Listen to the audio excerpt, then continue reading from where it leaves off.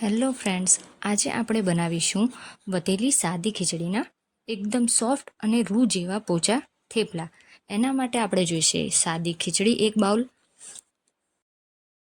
પહેલાં આપણે બનાવીશું લસણ અને મરચાંની પેસ્ટ, જેના માટે આપણે એક ખાંડણીમાં લસણ અને સમારેલા મરચાં લઈને તેમાં થોડું મીઠું એડ કરીને મરચાં અને લસણ બંનેને ખાંડીને તેની પેસ્ટ બનાવી લઈશું.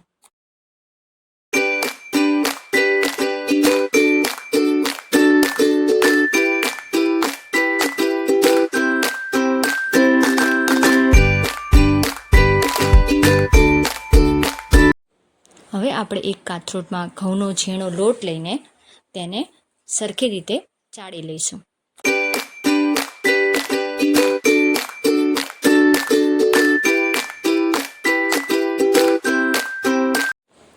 લોટ સારી રીતે ચડાઈ ગયા બાદ તેમાં કાશ્મીરી કે સાદું મરચું, હળદર,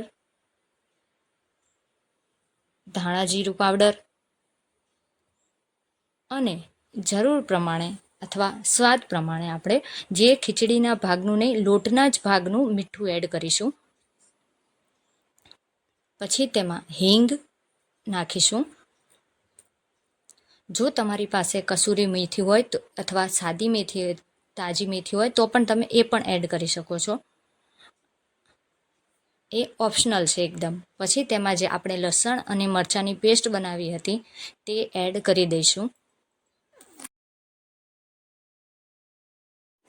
હવે એમાં આપણે જે સાદી ખીચડી હતી તે એડ કરી દઈશું.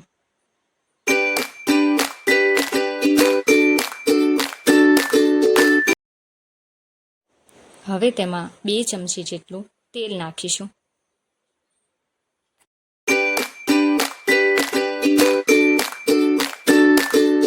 બધું સારી રીતે મિક્સ કરીશું કે જેનાથી બધા મસાલા અને ખીચડી અને લોટ બધું સારી રીતે મિક્સ થઈ જાય.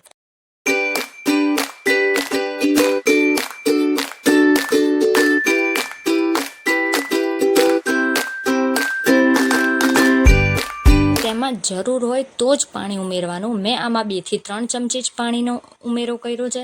જો ખીચડી આમે પણ આપણે સાદી હોય એ તો એમાં પાણીનો ભાગ આવે જ છે.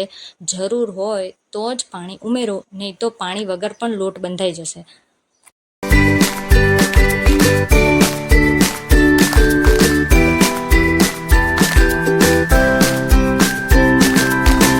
હવે તેમાં 1 ચમચી જેટલું તેલ નાખીને લોટને સારી રીતે આપણે મસળી લઈશું.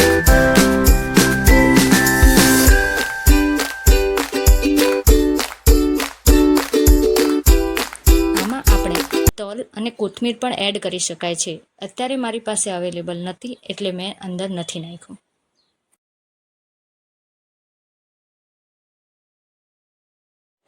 હવે આપણે એને 5 મિનિટ માટે ઢાંકીને રહેવા દઈશું અને 5 મિનિટ પછી લોટને આપણે સારી રીતે મસળીને તેમાંથી રોટલી અથવા થેપલા જેવડા નાના લુવા બનાવી દઈશું.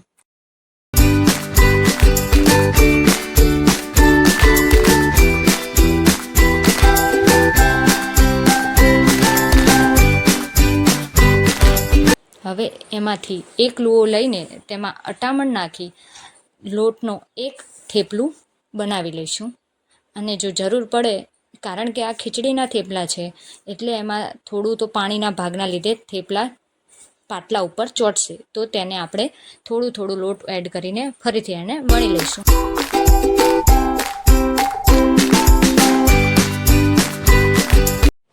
હવે આપણે એને એક ગરમ લોઢી ઉપર ચોળવી લઈશું. પહેલાં એક તરફ એને સરખી રીતે ચડવા દઈશું.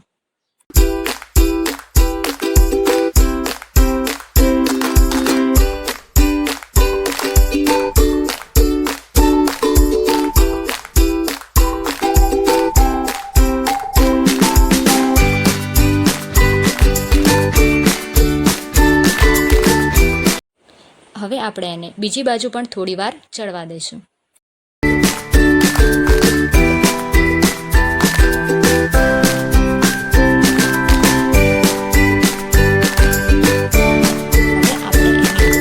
જરૂર પ્રમાણે વધારે કે કોઈને ઓછું જોઈએ તો એ પ્રમાણે તેલ નાખી એને પલટી મારીને સરસ રીતે એ બાજુ ચોળવી લઈશું.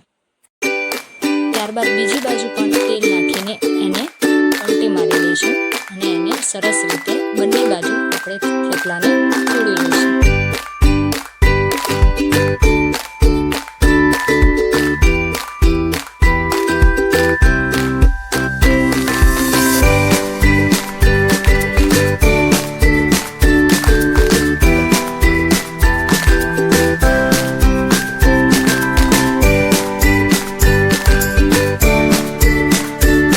હવે આ થેપલું ચડી ગયું છે. સરસ રીતે ચોળ્યા બાદ હવે તેને આપણે એક પ્લેટમાં કાઢી લઈશું અને ફરી બીજું થેપલું વણવા માટે આપણે બીજો લુઓ લઈને એને વણી લઈશું.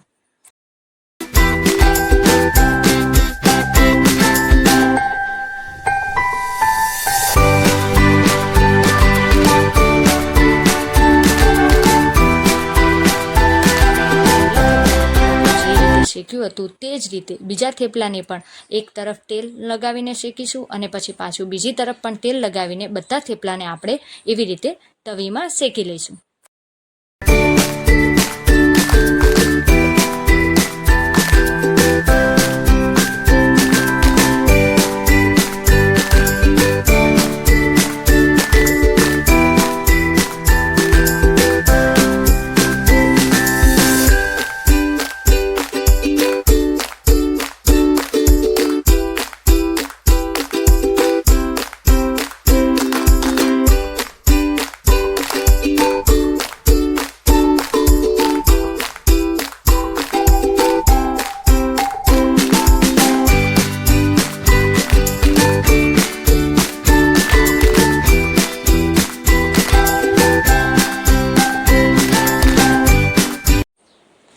તો આ તૈયાર છે આપણા એકદમ સોફ્ટ રૂ જેવા, એને આપણે મુઠ્ઠીમાં દબાવીએ તો પણ તૂટે નહીં તેવા ખીચડીના થેપલા.